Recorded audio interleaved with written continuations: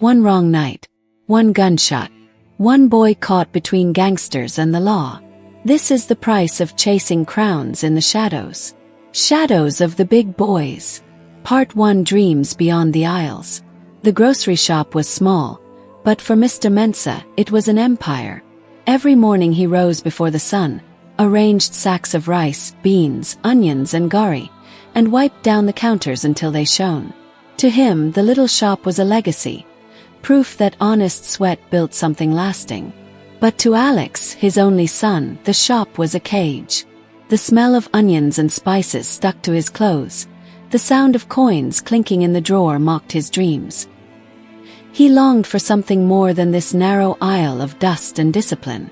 Alex would often lean on the shop counter, scrolling through his phone, eyes burning with envy at the lives of men who rode in cars that purred like lions and draped themselves in gold chains that caught the sun. The videos showed them drinking in clubs, surrounded by women, their laughter echoing like thunder. These men were respected, admired, feared. And Alex thought, why not me? Why must my life be trapped behind this counter, weighed down by beans and bread? Mr. Mensah noticed the way his son stared out the window, his hands idle, his thoughts wandering.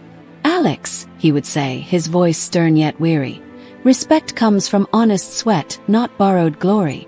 One day you'll understand that a man who builds slowly builds something that lasts. But Alex would sigh, pretending to listen, while his heart wandered elsewhere. Sometimes, Alex would imagine himself stepping out of the shop and never returning. He pictured himself slipping into a car with tinted windows, the world outside fading into nothing as he drove into a life of flashing lights and endless possibilities. The thought gave him a thrill he could never feel in the shop. His father's words clashed with the images in his mind. Mr. Mensah's vision of dignity was a life of slow toil and respect earned one customer at a time. Alex's vision of dignity was different. It was power, influence, and being seen. Respect is not stacking rice sacks, he thought. Respect is when the streets know your name. But no matter how many times he dreamed, every morning he woke up in the same room above the shop, the same floor creaking under his feet, the same bell ringing when the first customer walked in. His dreams felt like fire trapped inside a cage of iron. What Alex didn't know was that sometimes, the world outside gives you exactly what you ask for, but at a price so heavy, it can crush the soul. And soon, his chance to walk with the big boys would come, dragging him into a life he couldn't escape. Part 2. The Invitation. It was a night like any other when Kobe returned.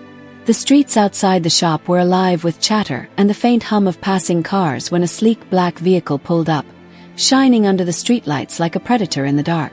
The doors opened and out stepped Kobe, Alex's childhood friend. But this was no longer the boy who once shared roasted corn with him on the roadside.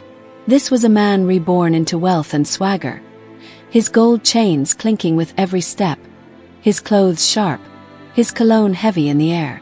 "Alex!" Kobe shouted with a grin wide enough to split his face. "Still here. Still stuck in this prison of beans and gari." His words cut through the night, pulling Alex out of his monotony.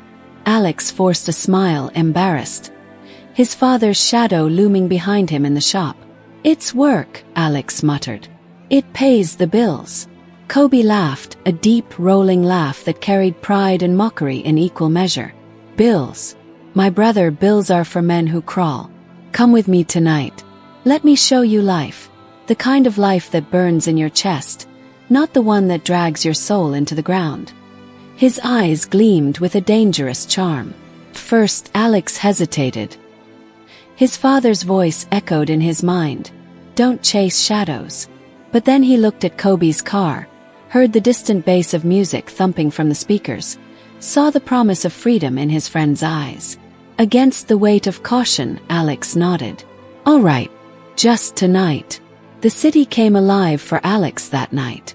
The club pulsed with music that shook his bones, lights flashing like lightning across the crowd. Bottles of champagne sparkled under neon beams. Women laughed and danced around tables littered with cash. Alex's heart raced. For the first time, he wasn't invisible. He wasn't the grocer's son. He was Alex, one of them. Kobe clapped him on the shoulder. See, this is life. This is power. No sweat, no dust, no beans. Just glory. And Alex, drunk on the moment, believed him. He felt as though he had finally arrived. His years of longing fulfilled in a single night. But beneath the glamour, beneath the music and laughter, there was something else. An undercurrent of menace, a shadow that never left the corners of the room. These men were more than rich. They were dangerous. Their power came not just from wealth, but from fear. And Alex, blinded by glitter, never noticed the sharpness of the knives hidden behind their smiles. Part 3: The Blood Witness. The night that changed everything began with laughter. The big boys gathered in a penthouse that overlooked the city, its glass walls reflecting their pride. The room was thick with cigar smoke, the smell of expensive liquor, and the kind of confidence only men with blood on their hands could wear so casually. Alex sat among them, still a newcomer, his heart pounding as he tried to blend in. He drank when they drank, laughed when they laughed, and nodded at conversations he barely understood. For a moment he thought he was safe, thought he was finally accepted. But then the air shifted. Words were exchanged, sharp, cutting words that sliced through the laughter. One of the men, a rival from another crew, raised his voice. "You think you can cheat me? You think I'll let this slide?" His words vibrated against the walls. The room went still. Eyes narrowed, fists clenched. The big boys thrived on loyalty, and betrayal was death. The argument exploded like fire. A chair scraped against the floor, glasses shattered, and before Alex could blink, a gun was pulled. Time slowed. Alex's eyes locked on the black metal glinting in the dim light. His stomach dropped, his chest tightened. He opened his mouth to scream, but no sound came. "Wait!" the rival stammered, hands raised, desperation in his voice. The gun fired. A deafening crack tore through the room. Blood painted the floor. The man's body collapsed with a sickening thud, his lifeless eyes staring into nothing. Alex's breath caught in his throat. His legs felt weak, trembling as if the ground itself was falling beneath him. His heart pounded so loudly, he thought the whole room could hear it. He had never seen death not like this. And now, death was everywhere. In the blood, in the silence, in the eyes of the men who didn't flinch. He staggered back, gasping. "Oh my God, he's dead. I didn't sign up for this." His voice shook like broken glass. In an instant, Kobe grabbed him by the collar, shoving him against the wall. His face was fierce, his words sharp. "Listen to me, Alex. You saw nothing. Do you hear me? Nothing. If you breathe a word of this, if you even let your eyes betray you, you are already a dead man." His grip tightened until Alex could barely breathe. Alex nodded frantically, his body frozen, his soul trapped. But inside he knew the truth. He wasn't just a witness. He was now a prisoner of silence. And silence in this world was its own kind of death. Part 4: Hunted. The days after the murder felt like a fever dream. Alex couldn't sleep. Every time he closed his eyes, he saw the body fall, heard the gunshot echo, smelled the iron sting of blood. He woke in cold sweats, gasping for air, his heart hammering as though someone was chasing him. And in a way, someone was. Both the law and the big boys had their eyes on him, and neither offered mercy. The police came first. A knock on the door of the grocery shop made Alex jump. 2 officers stepped inside, their presence heavy, their eyes sharp. "Alex Mensa," one of them said, his voice as cold as the steel badge on his chest. "We know you were there. You saw what happened. You can help us, or you can rot with them." Alex's throat dried. He shook his head, stammering, "I don't know anything. Please. You don't understand. If I talk, they'll kill me. If I stay silent, I'm finished. What choice do I have?" His voice cracked, his fear spilling into the air. The officers exchanged a look, one of them leaning in. "Choose wisely, boy. Because both sides are watching." When the police left, Alex thought the nightmare was over. But that night, as he walked home through the narrow streets, a car slowed beside him.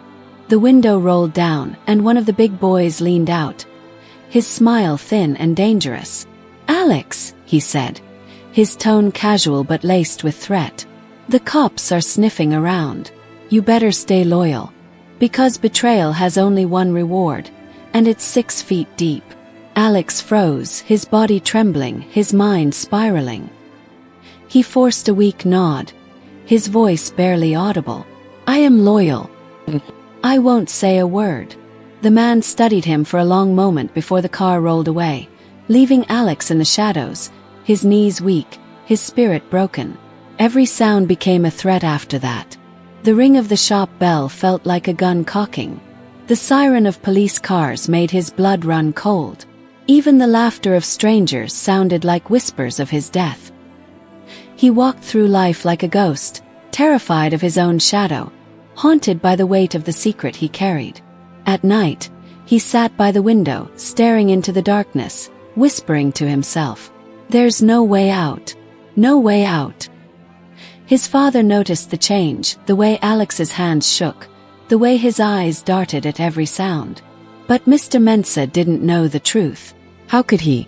How could Alex tell him that his son had stepped into a world where silence was survival and truth was a death sentence? Trapped between the law and the big boys, Alex was hunted, not by one enemy, but by fate itself. And fate, cruel as it was, never let its prey escape. Good day, world. My name is Oluwafemi Precious Emmanuel, and I am the owner of the Elder Cinematic Universe. Now, as a universe, we are going to be telling stories that resonate with our day-to-day lives and also giving you the best cinematic exposure. We are here on YouTube to reach out to the entire globe and make sure that we create lasting impact with our visuals. Don't forget to like, share, and also comment on all our videos, and hit the notification bell so that whenever we drop a video, you can be the first to know. Thank you so much for joining, and welcome on board.